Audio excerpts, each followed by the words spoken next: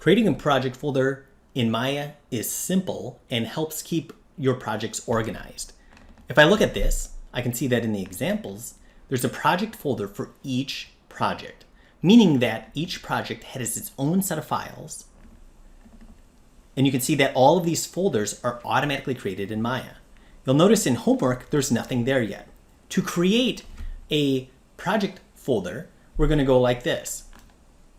In Maya, I'm going to click on Go to Maya, File, Project Window. I'm going to say New, and I'm going to go ahead and name this 01 underscore homework underscore snowman. Then I have to say where do I want to save it. If I click here, I'm going to navigate to where I want to save it. Click Select.